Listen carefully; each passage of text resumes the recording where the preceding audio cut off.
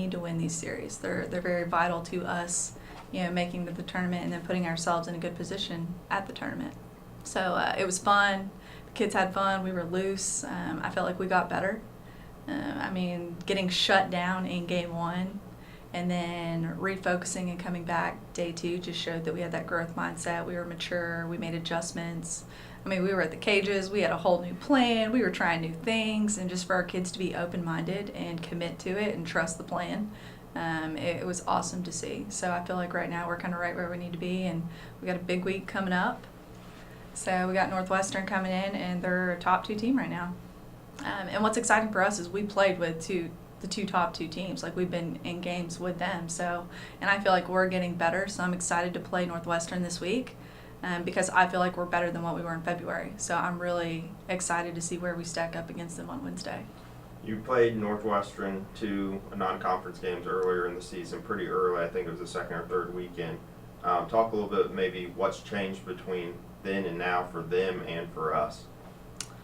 I feel like they're on a high. They're super confident, which they play with the chip on their shoulders. They kind of have their own game anyway. So they're feisty. They're like a Lamar type group. Like, they're coming in with an attitude. They expect to win. They're gritty. They're going to play hard, and they're very confident right now because they've had success. Now for us, I feel like we're having better at bats. And 1 through 9, we're deeper in our lineup. Like, the bottom half of our lineup has done a really good job the last 2 to 3 weeks. Against Nichols, they did well one game. And against Lamar, adding Catherine Thompson to the bottom half of our lineup, she's done an excellent job. Madison Clemens is doing a great job for us in the 9-2, turning it over. She's hitting above 250, which is right where she needs to be, a really good on-base percentage. So I feel like 1 through 9, we're better having quality at bats, and we're hitting better as a team. So, skipping ahead to this weekend, Central Arkansas, another huge conference series at home. Kind of preview that. We saw UCA early at the ULM tournament. They've got a little bit of everything. They've got a lot of pitchers with a lot of different looks. They're going to have a lefty that's throwing a curveball in on her hands. They've got a kid named Rio Sanchez that throws 63-64 heavy ball and then mixes an off speed. So they're very deep, and they have different pitchers. They've got speed. They've got lefties. They've got power. They've got kids with a lot of experience. Their middle infield, I think they're juniors and seniors. They do a really good job on both sides of the ball. So UCA is just a really well-rounded team. They do everything well. But for us, playing at home, huge advantage. One, we're not going to be on turf. They're used to playing on turf. So they're going to have to play at our place. And I feel like for us, that's the key to the series. So as long as we have quality at bats, and we have to make adjustments quick because every single one of their pitchers is going to be different. So for us, we've got to adjust within watching the kid throw 3 to 4 pitches. We've got to be able to pick up the spin, know what zone we're going to attack at the plate, and we've got to adjust inning to inning versus game to game. So, but I'm excited to play. I'm excited to play every single game this week just to see, you've got teams that are ahead of you in conference coming in to play you at home. And so for us, I feel like it's just a huge advantage. And, nobody's looking for SFA to be where we're at, so we're definitely the underdog going into these series. So for us, it's, nothing to lose and everything to gain at this point. So for our kids, they should have a lot of fun this week. What do you have to see from your team this week to win 2 to 4 games, I guess, this week? Get the majority of it. Our senior pitchers have to pitch like seniors. We have to be at our best this week to beat both of these teams. We have to put everything together. We have to play clean defense. Our pitchers have to pitch like seniors. I feel like we're going to need to use the bullpen this weekend too. These teams can swing it. So I'm going to need kids like Hernandez and Linus and Anderson to be able to come in and throw some strikes and attack the zone and get us out of some innings. And I feel like offensively, what we need to do is we just need to see a lot of pitches. And we have to attack their go-to pitch. We can't sit there and take a curveball because it's a strike on the outside half of the plate when that's the best pitch we're going to see, even though we're looking middle in, if that makes sense. So our kids have to hunt pitches. So we've got to have a plan going in, trust that plan, and we've got to go out there and hunt their go-to pitch and hit the ball hard. Does your team enjoy being the underdog? I think they're taking a little bit of ownership in it, which was funny. You kind of asked me whenever you came in here, like, did you expect to be here? And I'm like, as a staff, we expected to be right where we're at. Like, we knew what our goals were. We knew what thresholds we wanted to meet. Offensively, we're a little bit below where we want to be. Our pitchers are doing a good job. I wish we had a little bit more help coming from the bullpen. I need a little bit more help coming from them, more confidence, more strikes. But right now, like, our team is right where we need to be. So April's a huge month for us. Like, we need to win this series with UCA. We go to HBU next week. We got to handle business down there. And for our kids, like, our kids have the mindset, like, we cannot take a game off. Every game matters for us. And so for us, that's a huge advantage because you've got some teams that are at the top that are like, oh, we're going to Incarnate Word. Oh, we're going to Corpus. ACU dropped a game to Corpus this weekend. I mean, every team in the Southland is competitive. And everybody's got a number one pitcher. You look at Sam, I mean, their record's not great. But, man, that pitcher can beat anybody. She beat McNeese. And so, like, going in, like, for us, I feel like we are ahead of the curve when it comes to mindset just because our kids don't take anything for granted. Thank you. All right, thank you. Yeah, I know the coaches are excited. You know, we lost a day last week because of the weather on Wednesday before the Easter break. Certainly our players were disappointed because they wanted to mix it up a little bit on Wednesday. The good news is, you know, we didn't lose that day. We'll be able to make it up somewhere here in the next 3 weeks. But we are excited tonight to get on the lights again. We'll probably scale it back just a little bit from what we had planned on Wednesday. We really haven't had our young men, you know, on the field since Tuesday, so we want to kind of grease up the joints a little bit and get them back into the football mode. And of course, Wednesday we'll come back in full gear and try to get a 50-50 day in with a little contact as well as fundamental work. Coach, if you could talk a little bit about coaching changes that have took place this spring on the offensive side of the ball. You got Dan Clark came in, offensive line, Kevin Barbies, quarterbacks, Jeff Bowen, tight end. Talk a little kind of about their styles, their pedigree coming in, and maybe what we can see the work on that side of the ball this spring.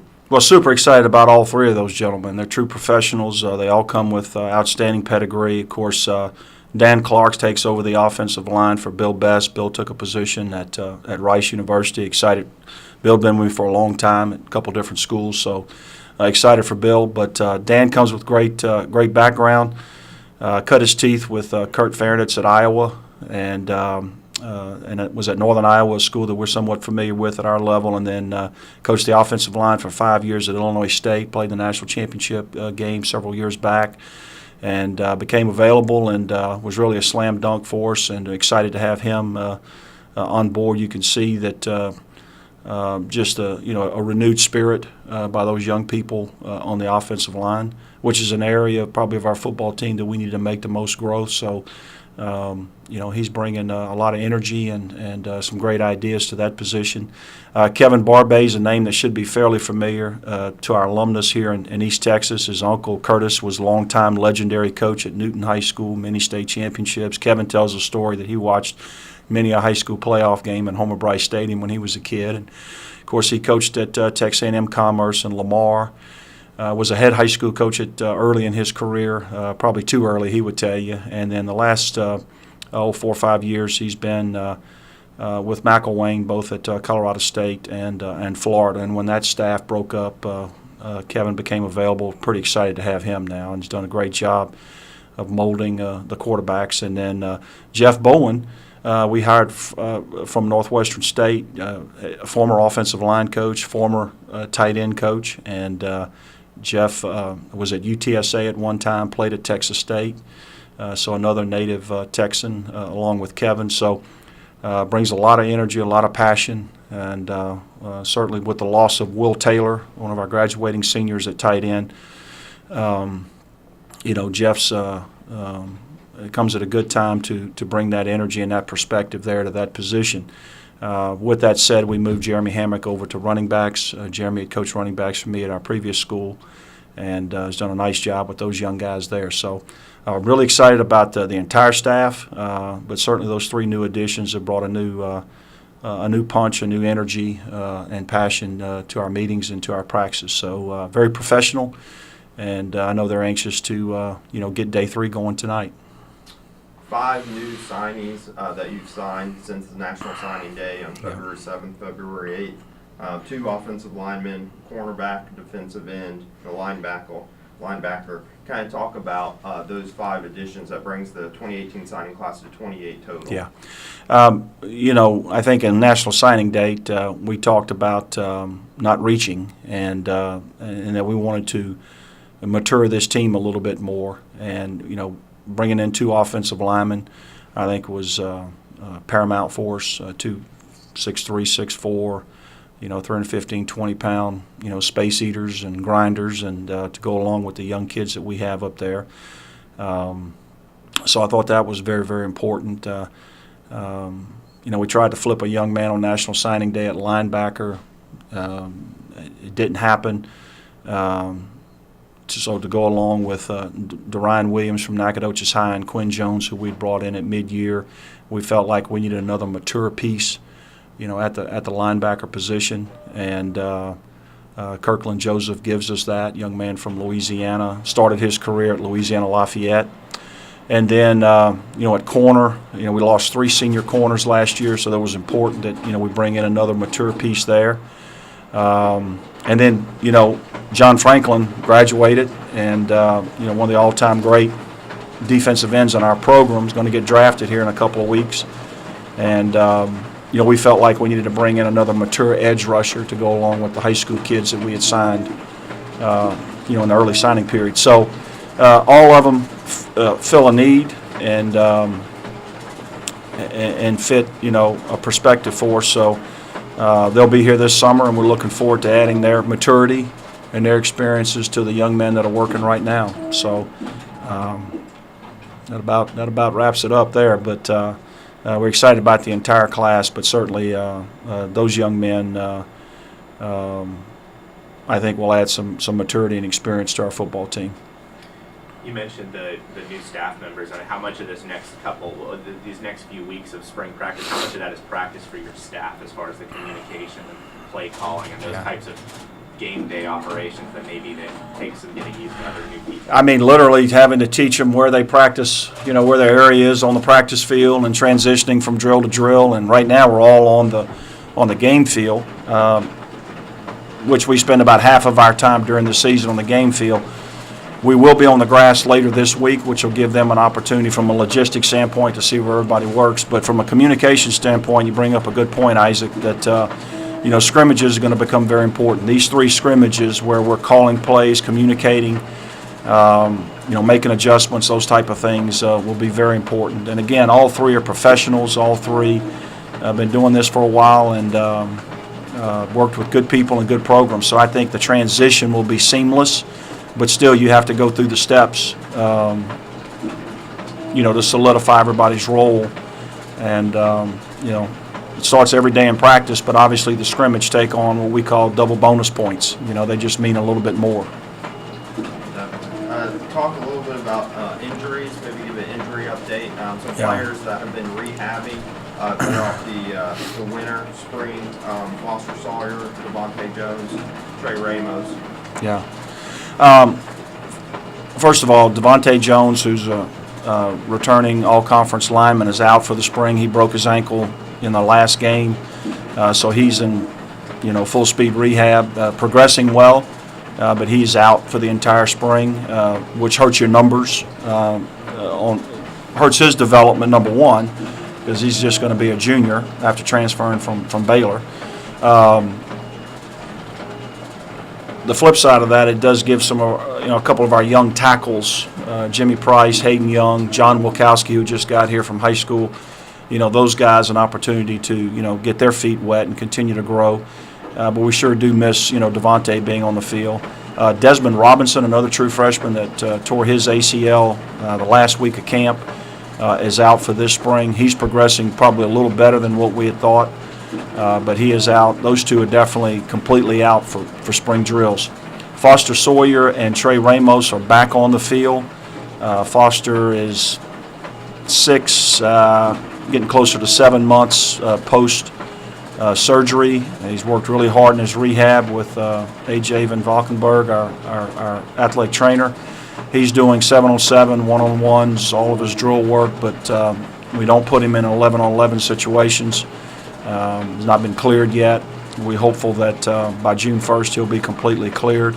Trey Ramos is going through a little bit more than Foster, coming back from his broken ankle, but he will be no contact, so he won't scrimmage at all this spring. But it's good to have Trey, back on the field. And then Lamont Alexander, an all-conference defensive lineman, has been limited with a knee. We won't have him this week, but we'll hope to get him back next week. And then Travis Locke, one of our other starting offensive linemen, we've moved from center to guard, is dealing with an angry shoulder. Nothing surgical in nature, but just something that we've got to limit his work a little bit. So, progressing. We're optimistic there, but certainly, not having, your starting free safety, your starting Q, possibly your starting quarterback, offensive tackle, some of those things, depth-wise, puts a little bit of strain. But the young people that are out there now getting quality reps, and today's day 3, and see if we can't make a step forward in all areas. What have you seen from your quarterbacks through a couple practices? I know it's early, but Josh Tovey, what you have been able to see of Foster and the other guys. Well, Foster's still feeling himself around, trying to get his platform and his foundation right. But he's, he's out there. You'd never know that he's only 6 or 7 months post-surgery, but he is. And you could see it on some of his shorter, quicker throws as he's having to get his feet moving and and then drive the backside through. So he's a work in progress there. But the arm talent's still there, and we just got to clean him up, fundamentally a little bit. But including Foster, all of them, I've been very impressed with. Their attention to detail, their accuracy. I know Jake took some criticism this year, and at times rightly so. At the end of the day, we have to do a better job of preparing all of them, but I've been super impressed with Jake. I mean, we know he's tough, but we think he's taken another step. Zach Smith, that experience that he got last year as a true freshman.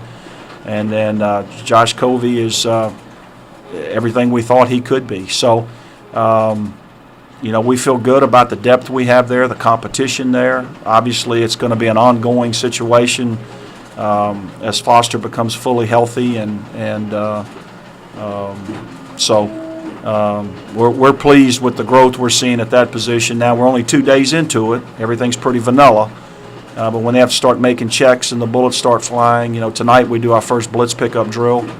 And, who can look down the barrel and make that accurate throw under pressure and have the poise to, calm his heart rate down a little bit and keep his blood pressure down. But I've been very impressed with the retention of the older guys, and then very impressed with Josh Covey coming in and picking up a new system, and just his maturity and his approach to, competition. You love competitors at every position, but you need to have them at that position, and Josh has jumped right in there.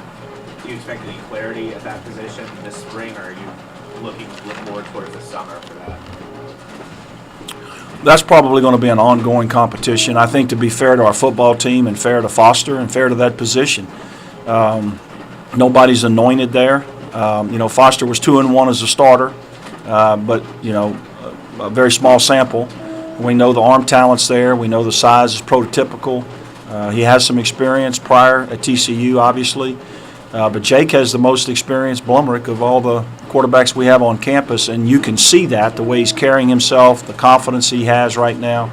And, I've been very pleased with him and Zach Smith, and even our non-scholarship quarterback and Zach Truelove. I mean, and I think that's also a reflection, too, of a new dynamic in that meeting room. I think Kevin's doing a good job of pushing all the right buttons. And anytime you bring in, a new position coach, it's almost like it's or a new player, it's a fresh start and a new opportunity to make that first impression again. And these guys are all trying to make that positive impression. So, There's some quality football players at that position, and that's exciting. Thank you. Okay, appreciate it. Thanks. Appreciate it. and stuff like that. Yeah, I mean we've done as much as we can to try to get our guys to understand that free passes. I mean there's nothing we can do about those defensively, and that if we don't win the free base fight, then we're gonna land up on the wrong side of it for the weekend. It just comes down to our pitchers being able to execute it. I mean, you can simulate that as much as you want to in bullpens. You can talk about mechanics. You can do drills to try to combat some of that. But it just comes down to on Friday, Saturday, Sunday, a guy getting on the mound and competing inside the zone. And we're just not doing enough of that at this point. We're not competing in the zone. We're not giving our defense a chance to make plays. And we're just putting ourselves at a disadvantage every time we go out and can't throw strikes. Well, I mean, but defensively, obviously, you're a good defensive team when put in that position. Has that been kind of just a bright spot, really? Kind of just the consistent defense that you guys are able to play like in the field. Well, defensively, I think any of the areas that we've had are ones where guys are just when a team's walking a bunch of guys, it puts your defense on their heels. They're not ready for contact, and then contact actually surprises them to some extent. And you're in the wrong spot, and you're a step late, and that causes you to kind of push to try to do something different or trying to do something spectacular, and that's when your errors happen. As far as the defense is concerned, I think we've done a decent enough job when we've been given the opportunity. If you ask me, do I think that that's a bright spot, I still think we can get better. I still think that defensively we can be in better positions. Defensively we can, attack the baseball a little bit more. We can make, more plays when it comes down to it to try to get our pitchers out of it. I think we've got to try to find ways at this point, through pickoffs, through throwing guys out, stealing, to covering bunts, that kind of stuff, to eliminate as many, free passes that we give out to the opposing team. But on offense too, you guys have definitely been hitting the ball well enough to stay in games, win games, stuff like that. Just talk about DeJesus. He hits 357, 429. That's his slash line for the week, and he has a pretty good series against Incarnate Word. And he's just kind of given that the bottom portion of the lineup just kind of a little bit more of a boost between him and Vasquez and everybody else down there. And do you feel 1 through 9 that you're being pretty consistent offensively between them? Yeah, I think offensively we've had our moments. I would like to have seen us hit a little bit better this weekend. Once again, it's the chicken or the egg. Are we bad? Are we losing games because we can't pitch and we're putting pressure on our offense, or are we not scoring runs and putting pressure on our pitching and defense? And so I think it's just a situation where I'm happy with some of the hitters. I'm happy in spurts with what they do. I think that they're really good when they pay attention to what Coach Haynes is trying to get them to do. I think they're really good when they submit to the philosophy that we have. I don't think we're very good whenever we try to go rogue and do our own thing. I think if we can just adhere to what our offensive philosophy is, I think we have the capability of scoring enough runs to win games. I think when we go outside of that, we're not good enough. I think we've had some bright spots. I think Eric's hit well. He's done a good job of solidifying second base. Jared Martin's done a good job. Skylar Black's done a good job. Josh Evans has shown signs of life. I just think that there are opportunities for us to be a little bit more consistent offensively so that we're not leaving some meat on the bone, so to speak. How big is this series coming up with Northwestern State when you consider that you're about to run into the league leaders in Sam Houston? And even without that, just in trying to right the ship, how big is this week? Oh, it's humongous. I think this week is kind of the cornerstone weekend for us. I mean, if we play well and get back in the race, I think anything can happen from that point. I think if we don't play well and we drop 2, 3, then making up any ground with the remaining part of our schedule is going to be almost impossible. At that point, you start looking at, well, do we start playing guys for next year and those kinds of things, and you never want to be in that position as a coach.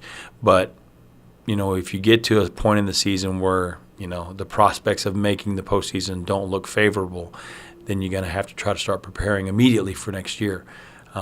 Hopefully we don't get to that point. Hopefully we play a lot better this weekend, and hopefully we can get ourselves righted and we can get ourselves back in the conference race, because if you go into Sam and there's nothing to play for, then you're in a situation where it's going to get ugly. With the rivalry as it is, if you go in there and there's something to play for, then it can be a fun weekend. If we don't, then it's not going to be worth watching. You talked about some of the young guys stepping up. Jared Martin specifically. What in talking with Coach Haynes, Coach Klaus, like he a little bit under the radar. When he's getting recruited and maybe a little bit out of shape. But I mean, when he comes in, he just he makes himself a player and immediately starts doing things that and a lot of people in this league are doing. What kind of separates him and his process really from the rest really, and has helped him turn into one of the best players in the league to this point. I think what separates him is his ability to go out and compete. We have freshmen who are going out there on a weekly basis, and maybe they give you a little bit of something sometimes, and maybe they don't. For him, it's just been a consistency thing, and I think that has to do with one, the work ethic that he has. He works hard at it. It's something that he's proud about. It's something he wants to be good at. Both offense and defense.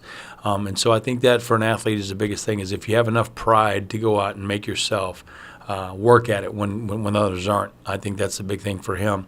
The other thing is I think Coach Haynes and Coach Clowers have done a good job of really giving him the tools that he needs to be successful. I think we do that for all of our guys. It's just some tend to take it a little bit to heart, and some of them tend to go their own way.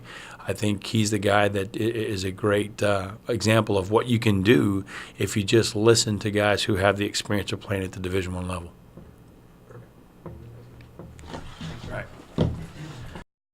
I think most respects, Kevin, it was a really good weekend for us. First of all, to be on a national stage like that in a televised event is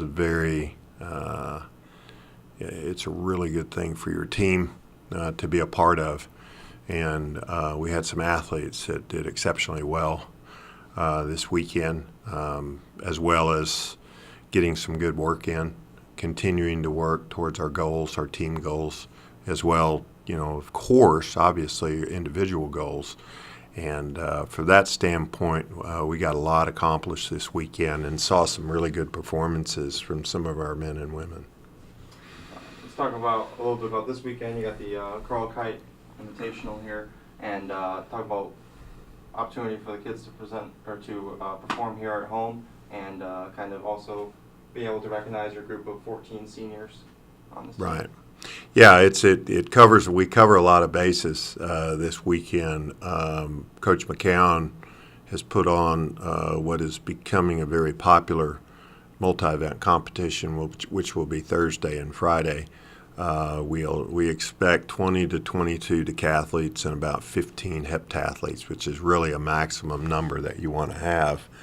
And then Friday begins our field events about at 4 o'clock. And then historically, our distance carnival has been really good on Friday evening. And that way the weather's cooler. The environment is really good to get some good times in. And teams love to come here for that reason. And then Saturday, we come back Saturday with a continuation of our field events. Beginning at, I think the first event is at 9 o'clock on Saturday morning. And then we go with the sprint events. And we've got some very good teams that are coming this weekend that will really push our team and help make us better because they're so good. And so we have a lot to look forward to.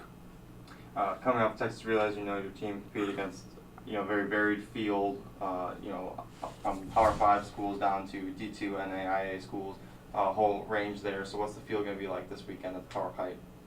Well, it'll be it'll really be the same thing. I mean, I think when you get into a competitive situation like the Texas Relays, where you have national implications, not just conference implications, then everybody's looking around and the stands are full, and I don't know total was for the weekend, maybe 45,000 total, I think is what you quoted me. So you go from kind of looking around going, oh, holy smokes, I better get going here. We got a lot of people in the stands.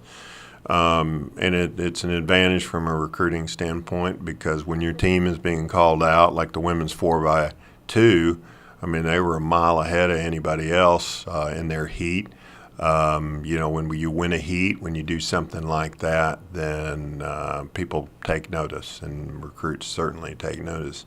So you translate that into this weekend, and it's mainly conference schools that will be coming. I think Rice is going to bring some distance runners up, and we'll have some unattached people, and there'll be some really good Division II, Division III programs here, some NAIA. I think Wiley College went 308 in the 4x4 last weekend, which is very, very competitive. So we expect an extremely competitive meet this weekend from all aspects: field events, sprints, hurdles, relays, and distance events, and then the multis will be a really strong group as well. So if the weather holds, if we can catch a break there, then we expect a very good weekend. And then just overall for your team, are you pleased with? Do you think your team is where you need to be at this point, as we're kind of getting ever closer to the outdoor conference? Mm-hmm. Well, I don't think we're where we need to be yet. We've had some very good experiences in the last few weeks. We've had some athletes that have run exceptionally well. It's been very good. And April is a funny month. March is a working month. I mean, that is just where work happens. And April is the same type of deal, but you want to also be a little bit sharper. And so we ask our athletes to do a little bit more, to come back on back-to-back days. And that's what we did at the Texas Relays this weekend. We had our 4x4s run two days in a row, and that's really hard to do at a high level.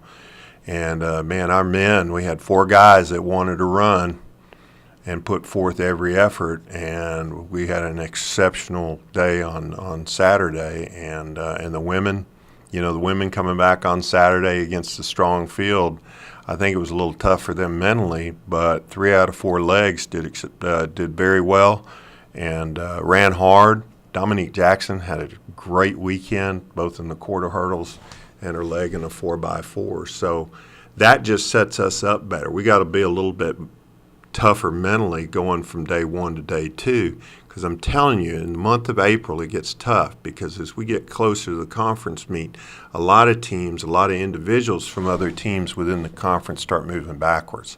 They start looking forward to summertime. They start looking for a break. They're tired. Why? Because we're in our 3rd season.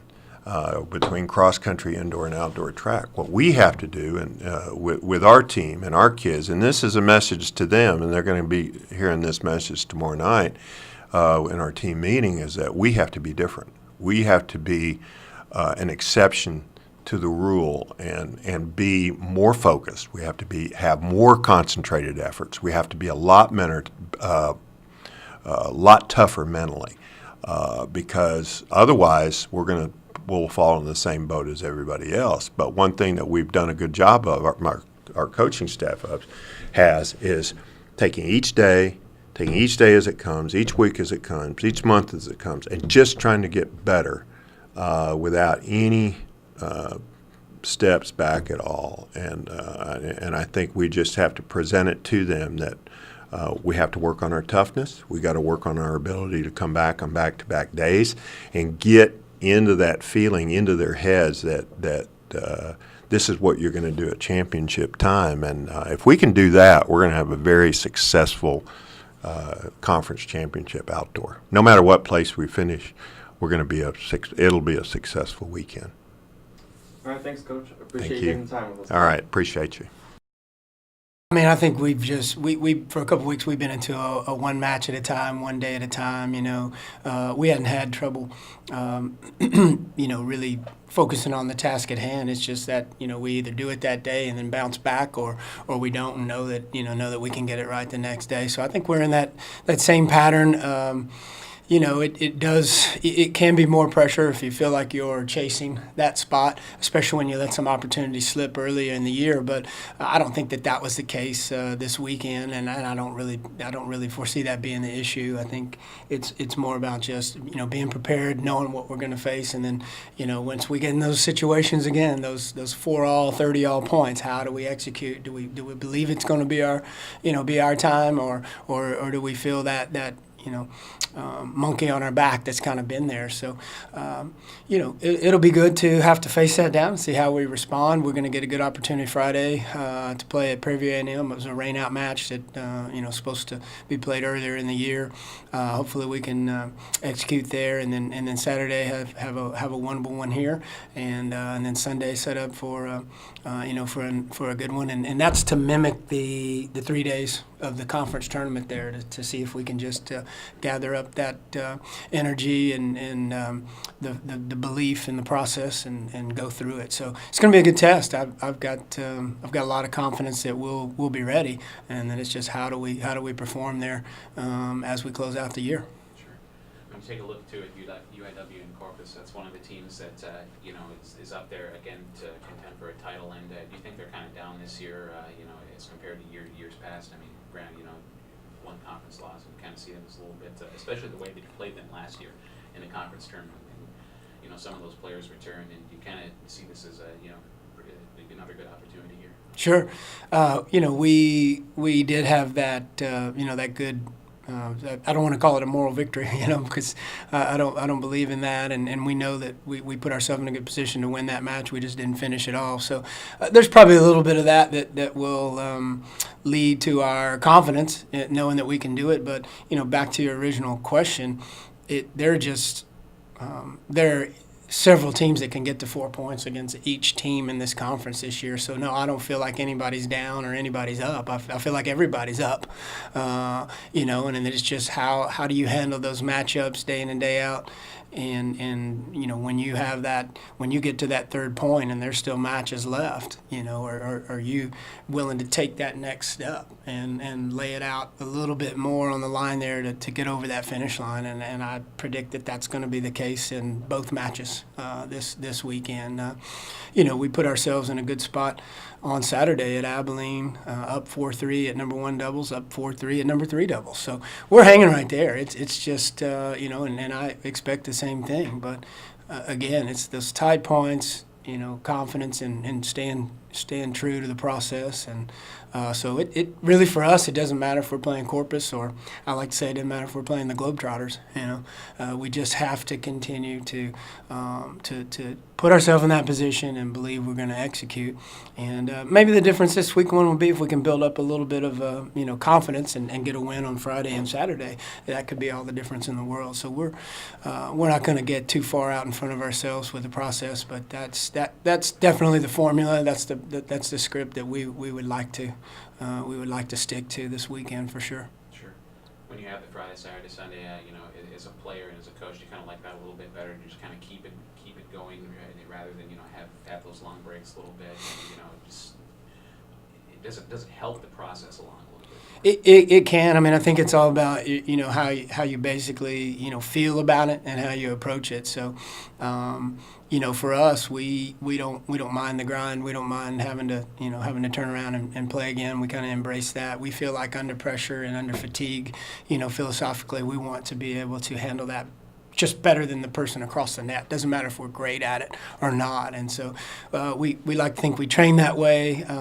Now, whether we can execute and make that happen, that's the bottom line for us. And so I think that we'll have that opportunity again, and we'll just see how we handle it. But 3 matches in 3 days that's just like a 3-day tournament. You can do it in the fall.